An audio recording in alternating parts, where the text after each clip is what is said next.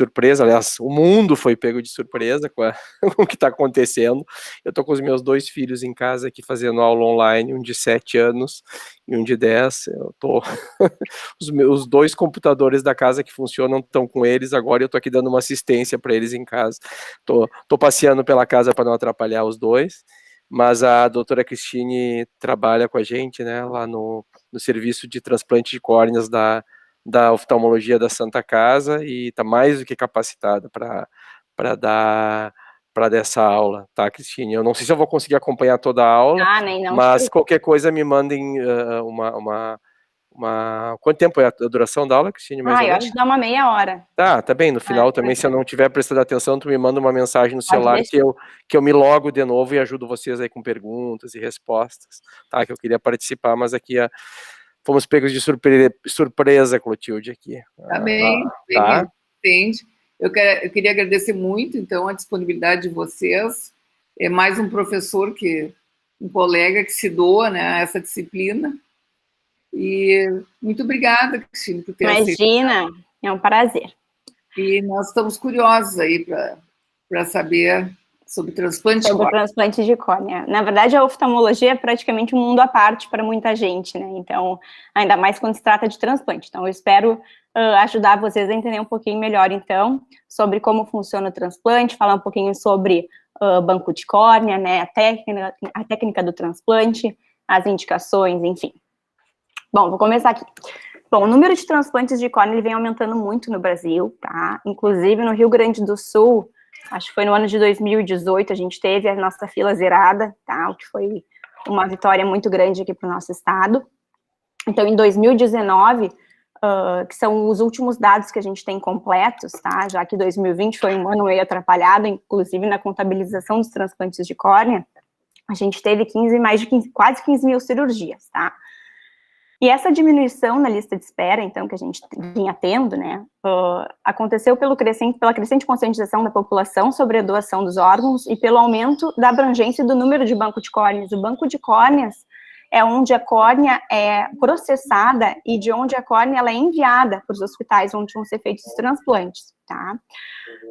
Então, aqui mostra uma tabela em relação aos números de transplantes no Brasil em 2019. A gente vê que disparado o transplante de córnea foi o transplante mais realizado no Brasil, tá? Em seguida, então, veio de rim, mas que é um número muito inferior, né? Em torno de 6 mil cirurgias.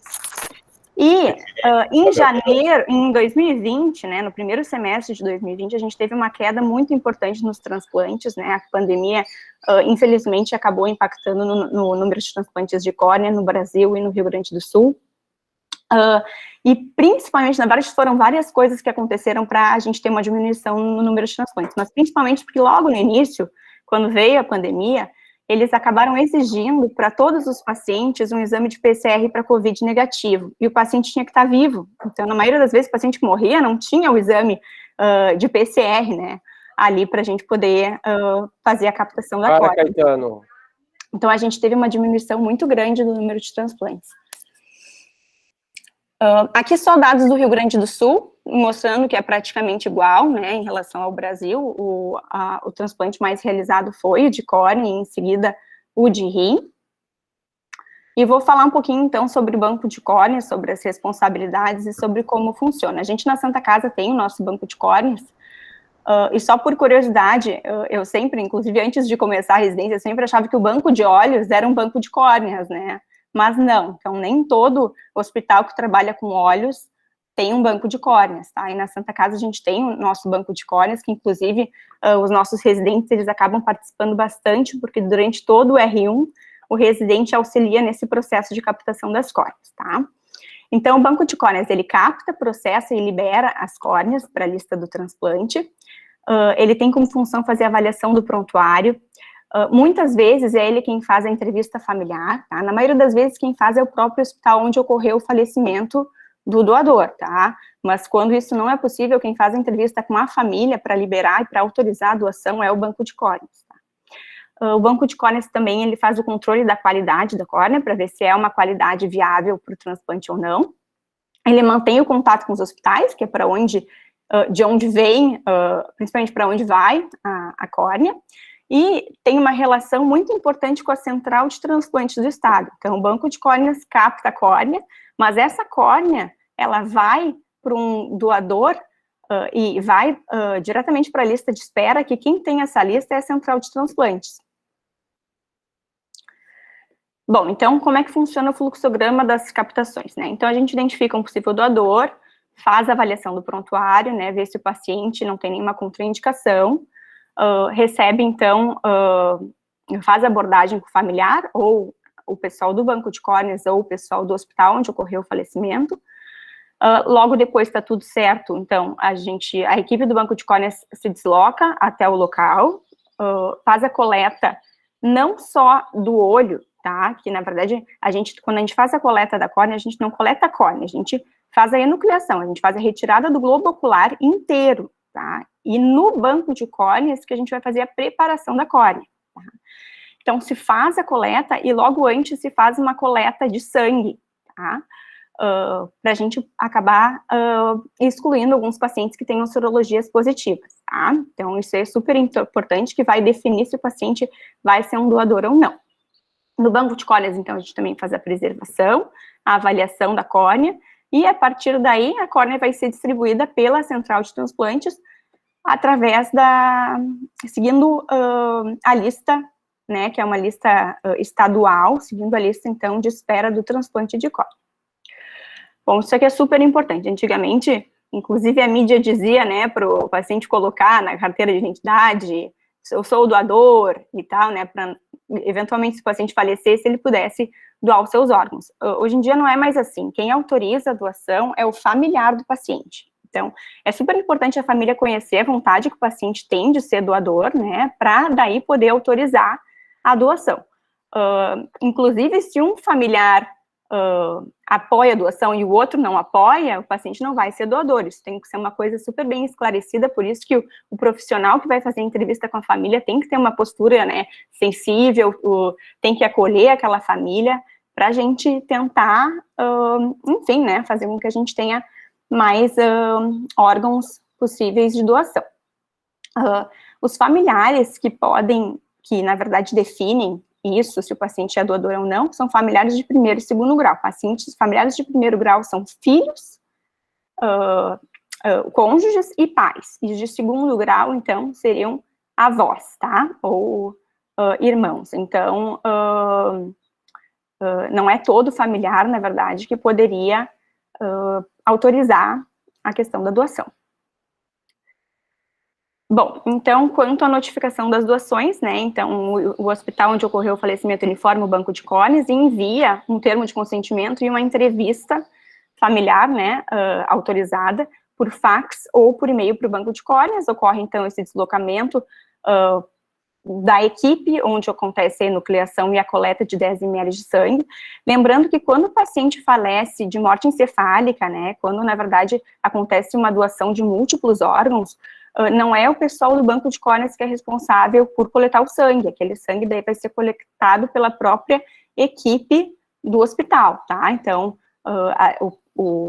a equipe do banco de córneas, né, enfermeira, enfim, o residente faz apenas a captação, apenas a enucleação. Bom, chegando a córnea, o globo ocular, né, chegando o globo ocular no banco de córneas, o que acontece, tá? É realizado manualmente, então, a separação da córnea, tá? Ocorre também a limpeza da esclera, tá? Existe transplante de esclera também, a gente acaba usando bastante esse tecido em alguns tipos de trauma, em algumas cirurgias, então a gente preserva a esclera também no banco de córneas.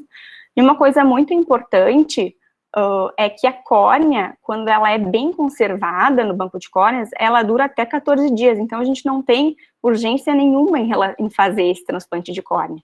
E isso também auxilia a gente na hora de fazer os transplantes, né? A gente não tem que se deslocar imediatamente para fazer a cirurgia. A gente tem até 14 dias para operar esse paciente, tá? A temperatura que a córnea é mantida também é importante, tem que ir em média de 4 graus Celsius, ela não pode estar nem muito refrigerada e nem muito quente, tá? E depois que isso é feito, depois que a córnea já está preservada no meio especial, tá? Que normalmente é o Optisol, que tem várias vitaminas e também tem antibióticos. ela é avaliada ou pela enfermeira ou pelo médico oftalmologista. Inclusive, quem faz isso no nosso banco de córneas é o Dr. Alexandre, na maioria das vezes, tá? Então, o exame dele é feito no microscópio, a gente consegue avaliar as células da córnea e consegue definir se ela vai ser usada ou não para os nossos pacientes. Bom, isso aqui, na verdade, eu já falei basicamente sobre tudo isso. Uma coisa super importante que a lista, ela é única por estado, tá? Enfim, não é uma lista de cada cidade, não, e também não é uma lista do país, tá?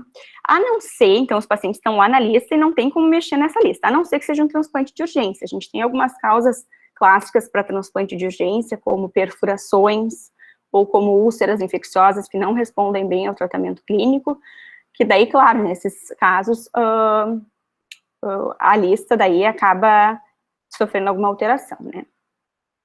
Bom, aqui, uma coisa super importante, a gente tem que saber a morte, tá, do paciente que vai ser doador, tá? Várias doenças são contraindicadas, mas eu quero falar mais sobre as mais importantes e sobre a questão do câncer, tá?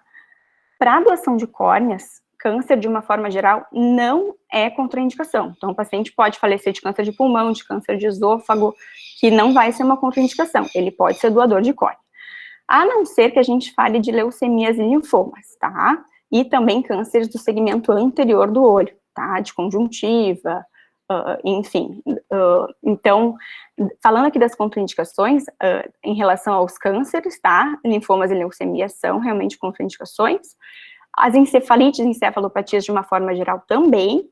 E uma coisa super importante são as sorologias, por isso que a gente faz aquela coleta antes de fazer a captação do globo ocular, tá? Para testar principalmente as hepatites, HTLV e o HIV. Bom, agora eu vou falar um pouquinho da córnea, tá? E do transplante em si. A córnea, na verdade, é aquela parte mais anterior do olho, é um tecido transparente, tá? Que fica logo na frente da íris, que é a parte colorida do olho, e logo atrás da córnea a gente tem o humor aquoso, tá?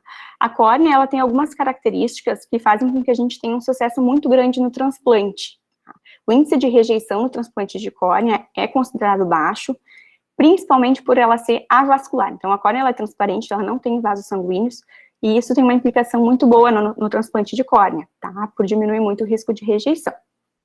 Além disso, ela é transparente, ela é rica em colágeno, que dá para ela sustentação, tem um grande poder dióptrico, então ela tem um papel importante no grau do olho, e tem um grande poder de cicatrização, tá? Principalmente quando a gente fala em epitélio, que é essa camada mais anterior da córnea, tá?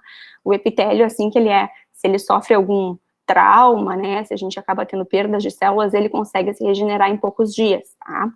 Aqui eu estratifiquei um pouquinho as camadas da córnea, isso é importante na hora da gente falar em transplante, porque a gente tem transplante de córnea que a gente troca a córnea em sua total espessura, e a gente tem transplantes de córnea que a gente transplanta apenas alguma parte da córnea, tá?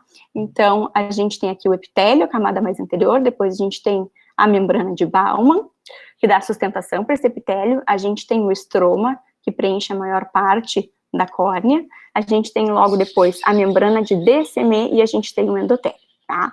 O endotélio é super importante porque ele é uma camada única de células, tá? E que ele impede com que a córnea se hidrate, tá? Então, logo embaixo da córnea, a gente tem o humor aquoso. E a córnea é transparente justamente porque ela tem que ficar desidratada. Então, o endotélio ele tem uma bomba que ele não permite o influxo de água do estroma, tá?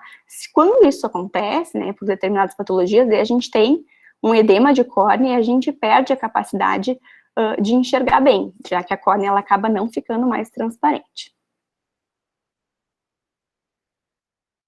Opa, peraí que eu botei aqui. Bom, então, quando a gente fala em transplante de córnea, quando a gente avalia uma córnea, a gente classifica ela basicamente em ou óptica ou tectônica, né? O que significa isso? A córnea óptica é aquela córnea que depois de avaliada no microscópio pelo banco de córneas, a gente considera uma córnea boa, com células de contagem ideal, e que faz com que o paciente volte a enxergar bem, se ele é transplantado. Então, ele tem como uma finalidade melhorar a visão do paciente. Quando a gente tem uma córnea que é classificada de tectônica, ela é uma córnea que ela não tem tanta qualidade, mas é indicada em transplantes que a gente precisa de urgência, tá? Por exemplo, a gente não tem como indicação fazer com que o paciente enxergue bem, mas a gente precisa tratar o problema do paciente, como no caso de perfuração e no caso de úlceras infecciosas que não respondem ao tratamento, tá? Então, a gente precisa resolver o problema e a gente precisa fazer o transplante com urgência, tá? Então, o fato do paciente enxergar bem ou não no primeiro momento não é o mais importante, tá? No Brasil e no mundo, a gente tem as principais indicações de transplante de córnea, tá? Nos Estados Unidos, é a ceratopatia bolhosa, que depois eu vou explicar melhor, e aqui no Brasil ainda é a ceratocone, tá? Depois eu também vou explicar um pouquinho para vocês. Trauma, leucoma, ceratite infecciosa e falência de transplante prévio também são causas importantes, tá? Mas as duas principais disparadas são ceratocone e ceratopatia bolhosa. Então, falando do ceratocone, então, tá? O ceratocone é uma doença da córnea, uma ectasia da córnea que faz com que ela fique abaulada, afinada, e gere esse abaulamento, influencia muito na visão do paciente, porque gera um autoastigmatismo, tá? Ceratopatia bolhosa é quando a gente tem uma disfunção do epitélio, normalmente acontece depois de cirurgias oftalmológicas, e o endotélio é aquela camada que eu falei, única, que faz com que a córnea não se permaneça hidratada. Então, se a gente tem uma deficiência no endotélio, a gente acaba tendo um influxo de líquido para dentro do estroma e para dentro do epitélio, e acaba gerando essas bolhas, tá? Úlcera de córnea, né, quando a gente sempre trata as úlceras e usa antibióticos potentes de amplo espectro para a gente tentar tratar a úlcera para o paciente não precisar fazer transplante de córnea, mas muitas vezes o paciente não responde bem e acaba sendo uma causa de transplante, tá? Distrofias corneanas, que são opacidades genéticas, normalmente bilaterais, que muitas vezes causam bastante baixa de visão e que levam o paciente muitas vezes a fazer transplante de córnea. Então, traumas, né, que geram leucomas, que são cicatrizes, tá? Dependendo de onde essa cicatriz vai afetar bastante a visão, e a única forma de melhorar a visão do paciente é fazendo o transplante. E falência de transplante prévio, tá? Então, assim, a principal causa para o transplante falir é a rejeição. Tá? A rejeição acontece no transplante de córnea em 10% dos pacientes, mas o transplante, de uma forma geral, ele dura até mais de 20 anos, hoje em dia cada vez mais, tá? Mas ainda assim é uma causa importante de transplante de córnea. Bom, ceratocone, então, é uma doença relativamente prevalente, assim, a gente vê bastante, ainda mais ali na Santa Casa, tá? No Rio Grande do Sul a gente tem uma prevalência importante de ceratocone. É a ectasia, né, que na verdade é esse abaulamento da córnea, tá? Que não tem nenhum padrão inflamatório, além da baixa de visão, não gera nenhum sintoma para o paciente, mas leva a esse afinamento da córnea e a protrusão, né, o muracoso, ele tá logo aqui atrás, ele acaba fazendo uma pressão e empurrando a córnea para frente, que é fininha, e não consegue permanecer ali no mesmo lugar. É uma doença bilateral, tá, em mais de 90% dos casos, e acomete pacientes jovens. Então, aqui só exemplificando uma córnea normal e uma córnea com ceratocone, tá. A ceratopatia bolhosa, né, que é quando a gente tem o edema da córnea, acompanhado dessas bolhas, que surgem aqui no epitélio, elas rompem e geram muita dor para o paciente, tá? Então, esse é o paciente bem sintomático, que não apenas diminui a visão, né, tem a diminuição da visão, mas ele também acaba referindo muito desconforto. Bom, das distrofias corneanas, a mais importante para a gente é a distrofia de Fuchs, tá? Aqui uma foto da microscopia especular de um endotélio, aqui um endotélio normal, aquela camada única de células, mas todas as células bonitinhas, né, parecidas, e logo aqui, nessa foto B, a gente vê esses buracos no endotélio, que são regiões onde a gente não tem células endoteliais.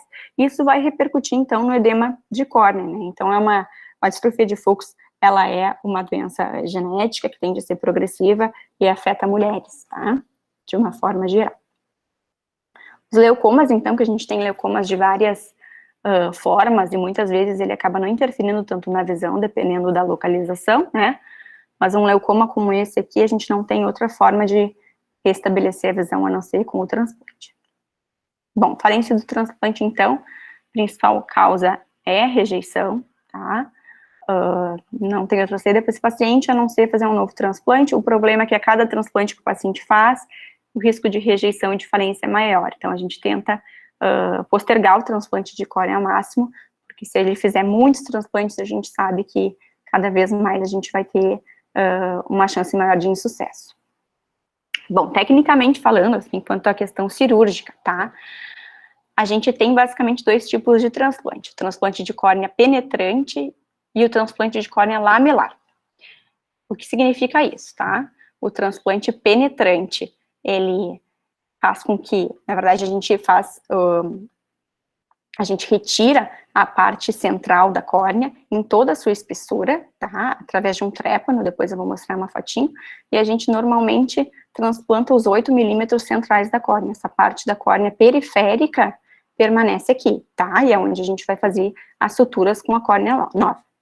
Quanto aos transplantes lamelares, tá? São transplantes que a gente retira apenas alguma das camadas da córnea. Então, o paciente receptor, ele mantém uma das camadas com ele, e isso faz com que ele tenha um menor risco de rejeição, tá? Já que a córnea não vai ser transplantada em sua totalidade. O transplante lamelar anterior, a gente chama de DALC, tá? A gente vai transplantar o estroma e o epitélio do paciente, tá? E vai manter o endotélio do paciente, tá? O DALC é o transplante muito realizado por ceratocone, porque no ceratocone o paciente tem um endotélio íntegro, então a gente transplanta apenas essa parte anterior, tá? O DMEC já é o contrário, a gente mantém no paciente receptor o estroma dele e o epitélio, e a gente transplanta apenas a DCM e o endotélio, tá? O DISAE, que é um transplante menos utilizado, que a gente retira um pouquinho do estroma junto com a membrana de DCMI e com o endotélio, mas é uma técnica que hoje em dia era para ser, inclusive, uma técnica mais fácil, mas hoje em dia o DMEC está tão difundido que, enfim, a gente acaba nem vendo mais muito.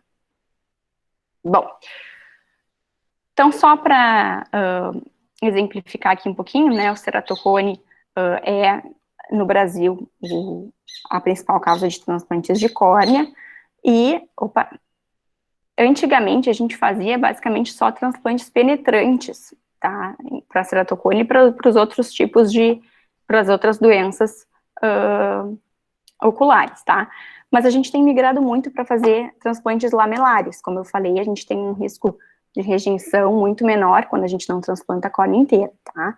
Então, principalmente no ceratocone, a gente tem feito mais transplantes lamelares anteriores, e na distrofia de fluxo e na ceratopatia bolhosa, a gente tem feito mais DMECs, tá? Bom, o transplante penetrante, então, como eu falei, né, a gente usa esse trépano, aproximadamente 8 milímetros de diâmetro, então trepana a córnea do receptor, a gente deixa preparada a córnea do doador antes, tá, alguns minutos antes de começar o transplante, e a gente faz a sutura, são 16 suturas, tá, e sempre o botão doador, ele tem que ser um pouquinho maior do que o receptor, tá, pra gente manter uma câmara anterior, que é esse espaço entre a córnea e a íris, de uma profundidade adequada, tá. Vamos ver se vai rodar aqui o vídeo. Deixa eu baixar um pouquinho.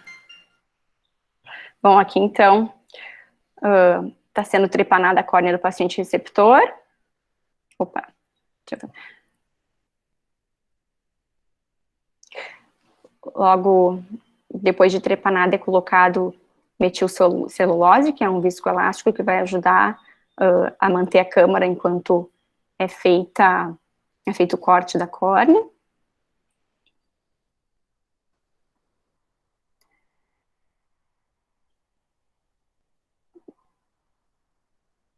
Então, aqui com uma tesoura curva, a gente faz,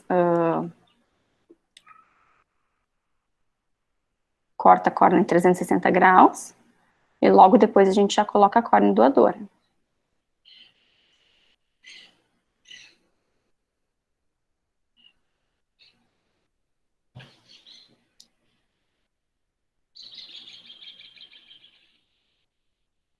Aqui começam então as suturas, né, são 16 suturas.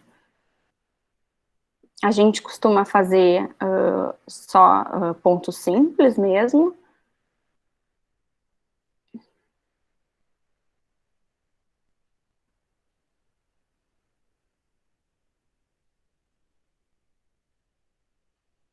logo depois dos pontos, então a gente não pode esquecer de sepultar os pontos, né? O nozinho do ponto ele tem que ficar para baixo, para gerar menos desconforto para o paciente. Então,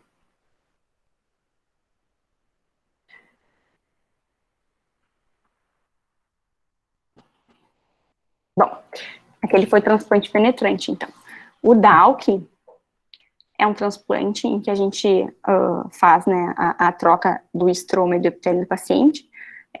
Na minha opinião, ele é o transplante tecnicamente mais difícil. A gente normalmente disseca a membrana de DCM, né, do estroma, através de injeção de ar, que a gente faz com uma agulha de insulina ou com uma cânula própria. Então, a gente entra através dessa cânula, injeta ar e faz a separação da DCM do restante, tá? E depois a gente mantém, então, a DCM do paciente, o endotélio, e faz a troca só do estroma. Preserva o endotélio, diminui muito o risco de rejeição, tá? E é o transplante mais utilizado em ceratocone. Bom, o DMEC é o transplante mais utilizado para doenças endoteliais, tá? Tecnicamente também mais difícil na preparação da córnea do paciente doador. Então, a gente retira apenas o endotélio, cora com as ultripães, para a gente ver o que a gente está fazendo, já que a córnea é transparente, coloca numa pipeta de vidro e depois coloca na córnea do paciente, tá? Entra na câmara anterior e coloca na córnea do paciente. Então, aqui, mais um videozinho aqui, mostrando como a gente coloca.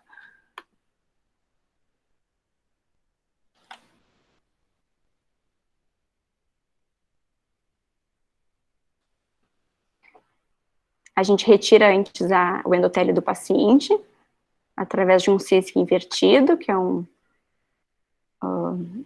material especializado para isso, e a gente dá essas batidinhas até o endotélio abrir. A gente normalmente faz em pacientes que tenham doenças de ceratopatia bolhosa ou distrofia de Fuchs, e o doador ele tem que ter mais de 50 anos, porque pacientes que têm uma córnea, pacientes mais jovens, tem uma córnea um pouquinho mais rígida, um endotélio mais rígido, então a gente tem essa dificuldade em fazer com que ele abra. Então a gente só aceita córnea de doadores a partir de 50 anos para esse tipo de transplante, senão fica realmente muito difícil a gente ficar horas dando as batidinhas e o endotélio ele não abre.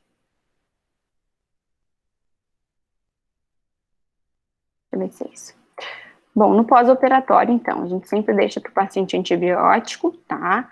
Corticoide, o olho costuma ficar bem inflamado, principalmente depois do transplante penetrante e do DALK. A remoção das suturas, no caso de DALK e de transplante penetrante, a gente normalmente faz após 9 meses da cirurgia, então tem que estar bem cicatrizado. E a gente sempre tem que orientar o paciente quanto aos cuidados pós-operatórios, né, estilar direitinho os colios, não fazer esforço físico, esses pontos eles sempre podem romper, né, então a gente tem que orientar o paciente a se cuidar bastante no pós-operatório. Bom, as complicações, então, relacionadas ao transplante, né, o que a gente mais vê é o astigmatismo, tá, o astigmatismo é, na verdade, aquele grau que é gerado por diferentes curvaturas do olho, tá? Então, dependendo se a gente faz suturas mais apertadas ou não, a gente gera uma curvatura maior ou menor, e isso acaba gerando um grau bem importante para o paciente. Então, na verdade, a visão no transplante penetrante, no DALK, a gente consegue reabilitar totalmente só depois de fazer esse manejo de pontos, que demora, né? Então, o paciente não pode ir para o transplante de córnea achando que ele vai ficar 100% no mês seguinte, porque não vai, tá? A visão demora um pouquinho para melhorar. Glaucoma acaba sendo uma complicação importante no transplante de córnea por 2 fatores, tá? O uso de corticoide faz com que a pressão muitas vezes aumente, tá? E leve ao glaucoma, e o corticoide ele é utilizado por muito tempo, né? Para evitar a rejeição. E também na própria técnica cirúrgica a gente faz alterações na anatomia que predispõem o surgimento de glaucoma, tá? E a rejeição, né, que é a mais temida, a complicação mais temida, mas felizmente a gente consegue ter uma taxa de cura, de solução do problema muito grande com o uso de corticoide tópico. A gente normalmente não precisa fazer nenhum tipo de tratamento sistêmico para o paciente, tá? A gente usa prednisona de 1 em 1 hora e normalmente o paciente fica bem, tá? A rejeição, então, ela pode ser a nível epitelial, estromal e endotelial. O maior estímulo para rejeição é a inflamação, então, cirurgias oculares depois do transplante, ponto solto, uveites, que são inflamações do segmento anterior, podem ser um estímulo para rejeição. Então, a gente tem que estar sempre bem atento nesses casos, tá? O principal mecanismo na rejeição no transplante de córnea é através de células apresentadoras de antígenos, tá?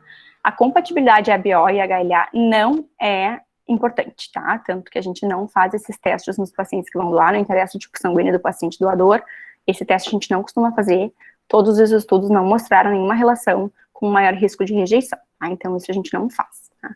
E só para lembrar que o transplante lamelar, ele apresenta disparado menor risco de rejeição, apesar dele ser mais difícil tecnicamente, exigir mais do cirurgião, né, levar muitas vezes mais tempo, o paciente, ele costuma ter uma recuperação muito melhor, tá, ao longo do tempo. E é isso. Vocês estão me ouvindo? Sim, sim. Ai, tava todo mundo quietinho, eu não sabia se estavam me ouvindo, não. Alguém fala durante a tua apresentação, aí atrapalha, né? Ai, ai. Então, também quero ver se vocês têm alguma dúvida. Enquanto eles pensam, eu queria te fazer algumas perguntas, assim, para eles saberem. Eu queria que tu explicasse a lista de espera. Ele já foi dito uma vez na locação, mas eu gostaria que a tua palavra sobre a lista de espera. Tá, a lista de espera é assim, tá? A gente tem a central de transplantes do estado, e quem tem essa lista de espera é a transplante de estado. Então, o paciente vai falece e acontece a doação da córnea, tá?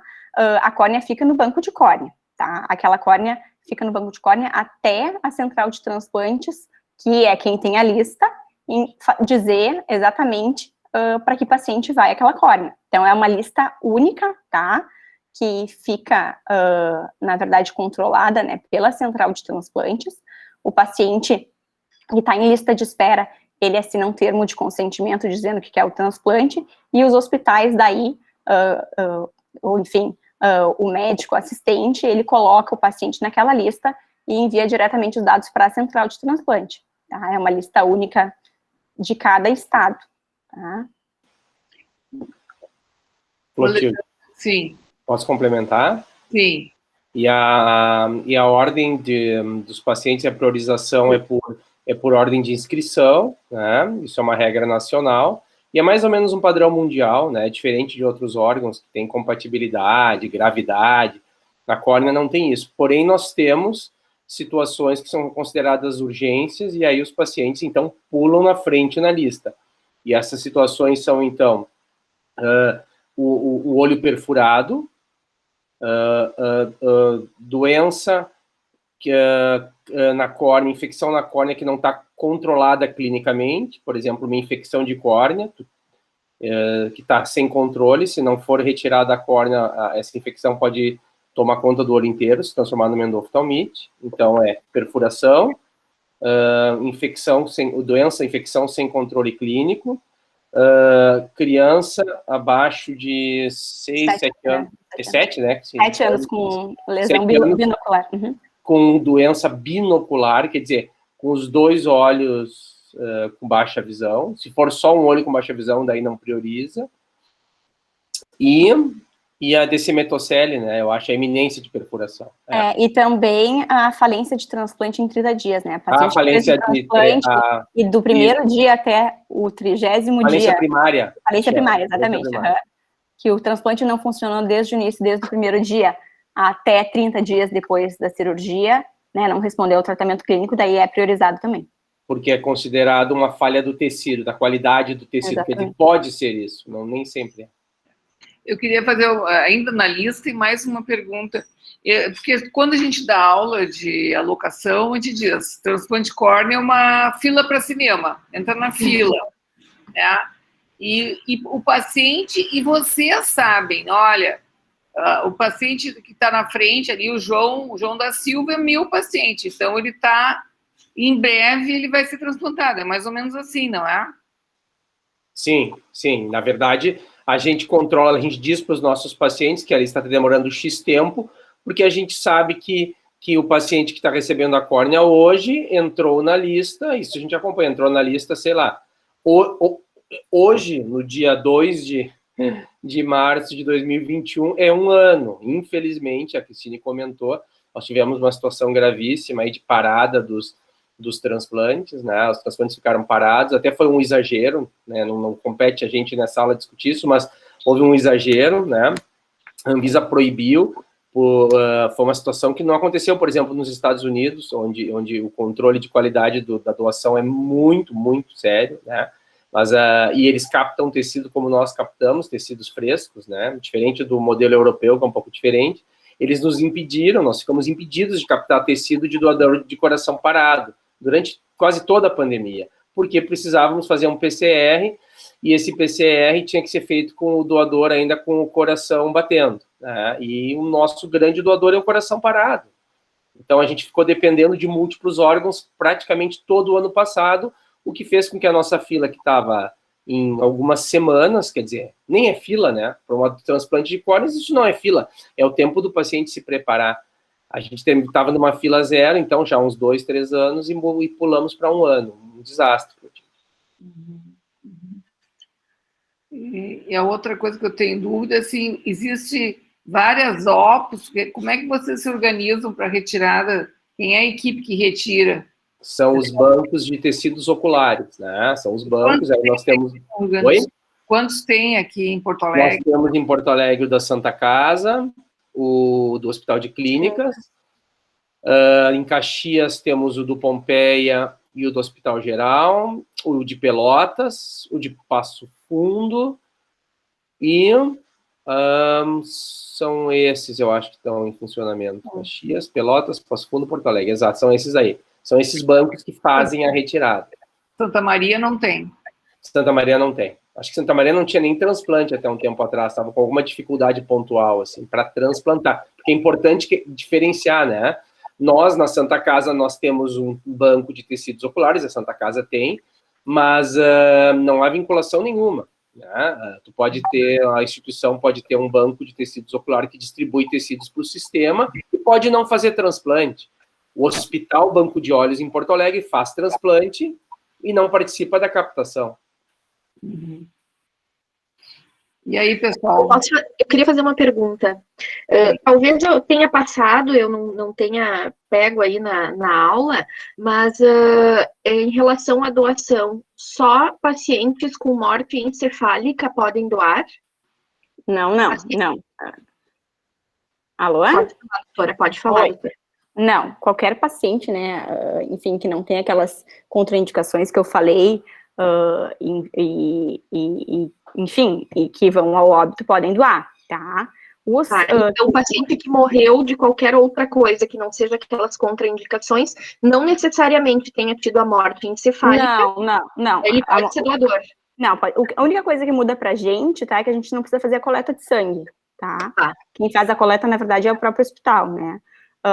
Mas, enfim, o resto, a questão da captação é com a gente também, e todos os outros que morrem, né, por parada cardiorrespiratória, enfim, são doadores também. Eu acho, assim, uma outra pergunta, que eu acho que eu gostaria muito que vocês esclarecessem, é o resultado para o corpo, né, do doador, da retirada do globo ocular. Como é que fica o doador? Qual é o aspecto do doador? Essa é uma pergunta boa, tá? Porque eu lembro que no meu R1 eu tinha uma preocupação muito grande com isso, né? No velório do paciente, como é que ia ficar esteticamente. Eu não sei se é essa a tua pergunta, doutora Clotilde. É essa a pergunta. A gente faz a nucleação, tá? Então o olho, ele fica vazio, né? Fica murcho, não tem o globo ocular ali. A gente faz uma bolinha de algodão, tá? Tenta deixar o mais simétrico possível em relação ao outro olho, e depois cola os cílios com super bonder, tá? Isso era um kit que já tem na maletinha da captação, tá?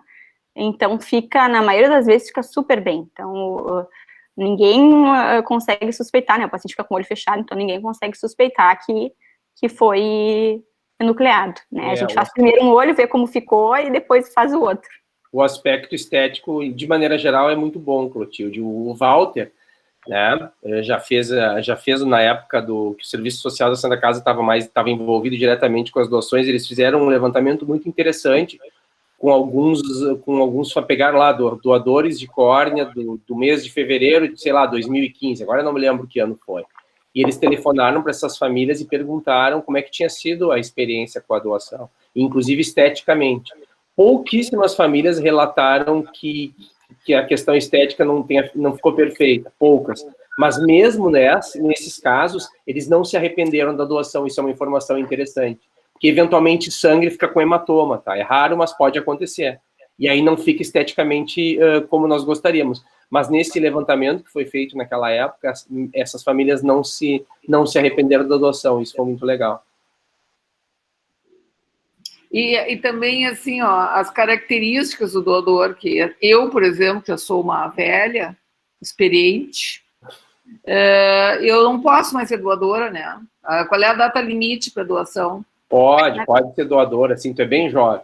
Pode ser doadora, sim, Clotilde. Na verdade, os estudos mostram que não existe um limite de idade para ser doador de córneas. O que a gente sabe é que nos extremos de idade a gente prefere não captar, por quê? Na criança muito jovem, 1, 2 anos de idade, a córnea é muito mole.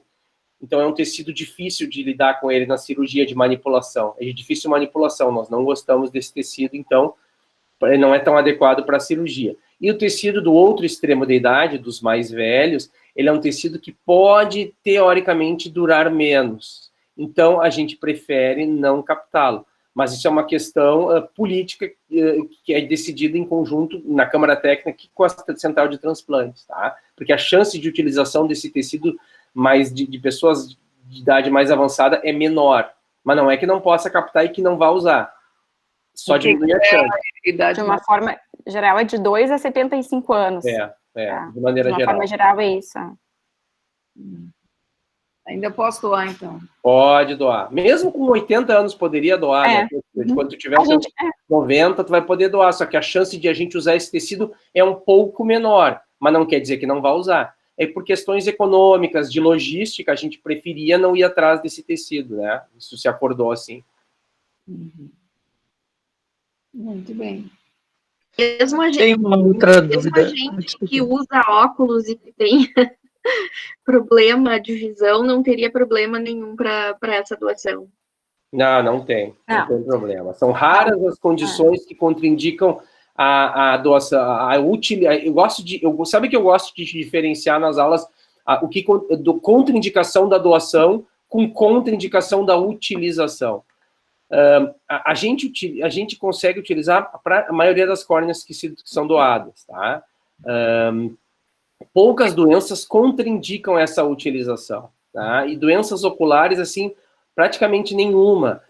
Melanoma intraocular, que é raríssimo, contraindicaria. Um retinoblastoma ocular também contraindicaria, mas são situações muito raras. A pessoa pode estar cega por retinopatia diabética, cega por glaucoma, que provavelmente a gente vai usar esse tecido, viu? E mesmo que o paciente tenha feito alguma cirurgia oftalmológica prévia, na maioria das vezes não contraindica também, tá? Então, o paciente, né, a maioria dos pacientes idosos fazem cirurgia de catarata, a gente pode usar a córnea desse paciente que já foi operado, né, então... Tem uma outra condição importante, né, Cristine, que, assim, algumas córneas que não estão em qualidade tão boa, a gente não deixa de usar, elas ficam guardadas dentro dos bancos para uma situação de emergência. Aliás, a gente usa como tectônicas, né? No início da pandemia, a gente precisou dessas córneas, nós ficamos completamente sem doação, então começou a ter olho perfurado no Brasil, gente que ficou cega, porque não tinha tecido nenhum para pôr no lugar, não tinha o que fazer. Então, essas córneas de qualidade pior, elas servem, sim, para fazer um grande remendo, vamos dizer assim, no olho, e salvar o olho, até que a gente encontre a situação ideal depois para recuperar a visão desse paciente. Então, praticamente qualquer córnea é bem-vinda, tá? Bom. E pacientes portadores de doença autoimune, por exemplo, Crohn, que tem episclerites de repetição e já teve uveíte, também não contraindica? Não contraindica. A gente consegue analisar a qualidade da córnea, porque às vezes a córnea pode ficar um pouquinho danificada pelas uveites de repetição, que são inflamações dentro do olho, mas a gente consegue analisar a qualidade do endotélio, então não contraindica. Tá bem, obrigada. E o tempo de recuperação desse paciente pós-cirurgia, quanto tempo mais ou menos ele leva para se recuperar, para estar num estado Bom. Cristine, responde para Isso gente. varia com a técnica de transplante, tá? O transplante penetrante, que é o mais utilizado, demora um pouquinho para o paciente ficar bem, porque como são feitas várias suturas, né, são feitos vários pontos, ele fica com astigmatismo com um grau muito alto nos primeiros dias, né, nos primeiros meses. Então, normalmente, assim, a visão fica boa mesmo depois de um ano, tá? O DALK, que é o transplante lamilar anterior, é um pouquinho menos, e o DMEC, sem dúvida, é o transplante que o paciente tem a reabilitação da visão de uma forma mais rápida. Em poucos dias, às vezes em uma semana, o paciente já está enxergando 100%. Tá? Mas isso varia, claro, desde a causa do transplante, né, até a técnica. Então... Sim, porque não basta transparência corneana para que se enxergue, para que se recupere a visão. Transparência da córnea é fundamental, mas a gente pode ter uma córnea transparente, um transplante lindo, tecnicamente, anatomicamente, porém com resultado ruim, porque o paciente pode estar com um astigmatismo enorme que a gente não consegue recuperar nem com óculos. Então isso é uma situação que se faz nos primeiros meses de pós-operatório e geralmente é causado pelos pontos. E uma última minha pergunta sobre o receptor, ele recebe com anestesia geral ou é só daquelas que dorme e anestesia local? Como é que vocês fazem? Que tipo de anestesia vocês usam no receptor? Não, é um bloqueio, né? Se faz um bloqueio bulbar, né? Uma injeção aqui embaixo, na região da órbita, né? E o paciente fica acordado durante o transplante, tá? Ele recebe uma sedação só para não sentir dor na hora da anestesia, mas durante o procedimento ele fica acordado, tá? É uma anestesia local. Mas normalmente o paciente fica bem. Com exceção dos não colaborativos, né? Com certeza, sim. Paciente não colaborativo, por exemplo, pacientes com Downs, mas geralmente com Down, paciente surdo, paciente com olho perfurado, às vezes a gente tem que fazer realmente uma geral, porque tu não pode ter um paciente com o olho aberto que senta, ou que se movimenta, ou que tosse, ou começa a falar no meio da cirurgia. Eles fazem a extrusão do conteúdo ocular para fora do olho e eles perdem o olho, né? Muito bem. Professor, uma pergunta também. Esses pacientes que faz transplante, ele usa corticoide, tipo, pro resto da vida ou tem um período? Não, não é pro resto da vida, tá? Ele costuma usar nos primeiros 6 meses até 1 ano. O corticoide tópico depende de cada paciente, tá? Mas a gente costuma reduzir a cada mês. Então, o paciente começa utilizando de 3 em 3 horas, depois no mês seguinte de 4 em 4, depois de 6 em 6, depois de 8 em 8. Então, a gente faz uma redução bem gradual do corticoide. Às vezes, a gente mantém uma gota por dia por mais tempo e depois suspende. A gente, claro, sempre controla a pressão do paciente, né? O corticoide tópico aumenta muitas vezes a pressão intraocular, então a gente tem que tomar esse cuidado, mas não é pro resto da vida, não. A não ser em casos que o paciente já teve uma rejeição, né, e tá fazendo um segundo transplante, daí nesses casos a gente mantém, na maioria das vezes, uma gotinha por dia para sempre. Outro problema do corticoide é o paciente que tem cristalino. Se ele usar corticoide a vida toda, o cristalino dele vai desenvolver catarata. Com certeza vai desenvolver catarata. Mesmo tópico, né? Mesmo tópico. Principalmente tópico. O corticoide tópico é o grande desenvolvedor de catarata, se tu usar cronicamente. Eu tenho uma dúvida também, que eu não consegui perguntar ainda. A diferença na fila para quem precisa de transplante unilateral e bilateral? Não há. Essa é uma discussão que surgiu agora na Câmara Técnica do Rio Grande do Sul. Teoricamente, parece que a Câmara Técnica poderia autorizar um urgenciamento para quem tem visão baixa nos 2 olhos, mas isso é uma questão local. Vou te confesso que eu nem sabia que a nossa central poderia alterar isso. Mas foi uma discussão que acabou parando, assim, agora, por causa dessa loucura que está da pandemia. Mas a lei não prevê isso. Se tem muitos tecidos, né, muitas córneas, tudo bem. Agora, se tem poucas, é um pouco lógico, né, que alguém que não enxerga nada passar na frente daquele que enxerga, que tem um olho. Claro. Talvez por isso que essa questão tenha surgido agora, né? Porque é verdade, a gente tem vida perfeitamente normal com a visão em um olho só, né? A gente pode, tranquilamente. E aí, pessoal, mais alguma dúvida? Olha, excelente a aula, bem assim, objetiva, né? Não, os alunos se queixam um pouco quando as aulas são longas, mas com certeza foi uma aula bem objetiva, esclarecedora. Eu gostei muito aí da aula. Obrigada, foi um prazer. No fim, essas aulas online propiciam que a gente de casa assista, né? Claro, claro. Eu também tenho feito curso junto com eles, que muitas aulas eu não conseguia assistir presencialmente. Gostei muito. Obrigada. Muito bom. Outra Então, tá bem.